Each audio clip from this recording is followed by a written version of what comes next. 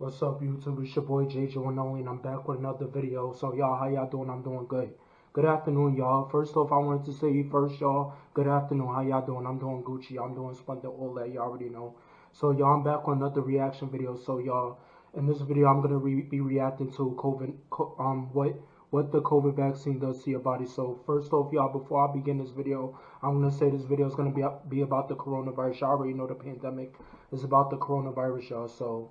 Clearly, y'all, the government came up with a vaccine, and they're sending it to throughout all the states, y'all. So I'm surprised, y'all. I'm really surprised because they came up with a vaccine for the coronavirus, and they talking about they trying to spread it throughout the states, y'all. So next year, y'all, I think the coronavirus might be over because they came up with a vaccine, and we could get back to our normal lives. Basically, y'all, we could get back to our normal lives. So they came up with a vaccine, and they telling us what it does to us, what it does to us, y'all. So we about to find out in this video. So y'all, I'm gonna explain more after this video, y'all. I just wanted to let y'all know this video is about the coronavirus, and they came up with a vaccine. So let's get into this video.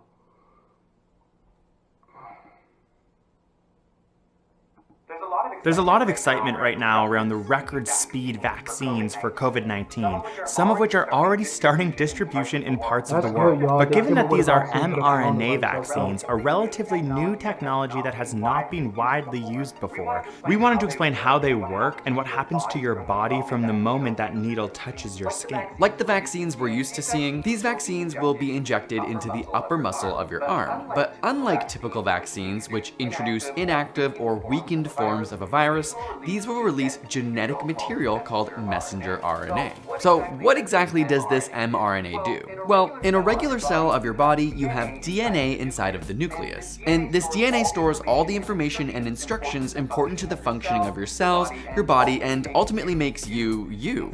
Inside your cell is machinery that reads through your DNA and transcribes it into mRNA, which then leaves the nucleus and goes into your cytoplasm. And it's here that the ribosomes in your cells read the RNA, and depending on the specific code, build a series of amino acids which fold in on themselves to make proteins which keep you alive and functioning. This process is known as translation. In fact, it's this process that viruses take advantage of in the first place. They insert their own genetic information into you, and then your cell machinery unwittingly starts taking that information and building proteins to help create more viruses. So back to the needle. The mRNA that is being injected into you from the vaccine also carries genetic instructions, but in this case, it's only coding for one small part of the virus, instead of the whole thing. You've probably seen SARS-CoV-2 represented like this, with the spikes on it, and it's this spike protein, which on its own is harmless, that the vaccine's mRNA codes for. The mRNA makes its way into the cytoplasm of your cells, where the ribosomes read the information and start to create the spike proteins. Once the protein is made, it goes to the cell membrane, and then your cell breaks down and destroys the injected mRNA instructions. So what good does having a tiny fragment of viral spike in your body do? Well, it gives your body, and more importantly your immune system, a preview of what the virus looks like without causing disease. Suddenly, your antibodies will notice it and go, well, this doesn't belong here, which triggers an immune response to recognize and prepare your body for the real thing without ever having to come in contact with the actual virus itself. Your immune system essentially gets a head start by creating powerful antibodies that can neutralize and kill the real virus. And this antibody memory is stored in your B cells, so that if you are ever infected in the future with the SARS-CoV-2 virus, your body now has the upper hand. This is known as an adaptive immune response. Your body has already seen these spike proteins before, and therefore it already knows what to do. Essentially, these mRNA vaccines allow your body to protect itself from a future infection without ever having to risk the consequences of getting the disease COVID-19. So why haven't mRNA vaccines been used before?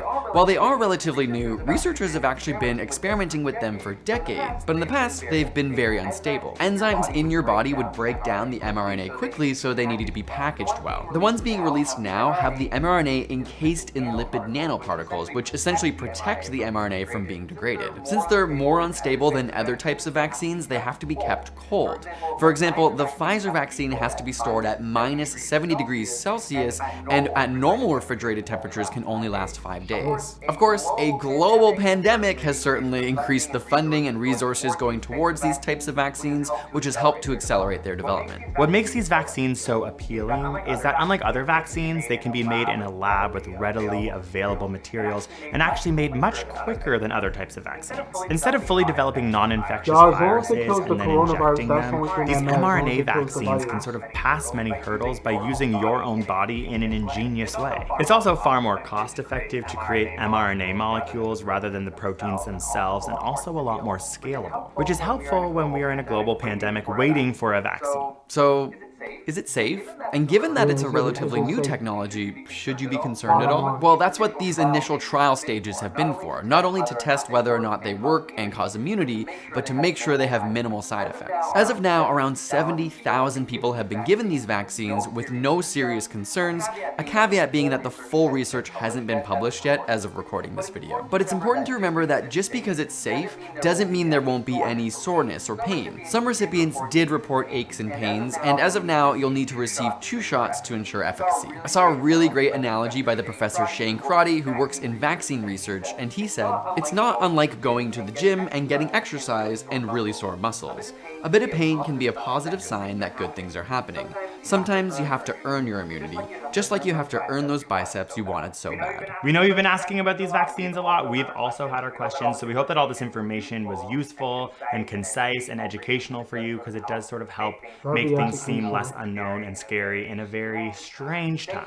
Thank you all so much for watching. If you want to hear more about vaccines, our podcast is on YouTube. You can check that out. We have a few episodes on vaccines. Gossip about vaccines, to be honest. Yes. Moderna stealing all the glory. You love to see gossip about vaccines. Otherwise, make sure you like this video, subscribe, and we'll see you next time for some more science.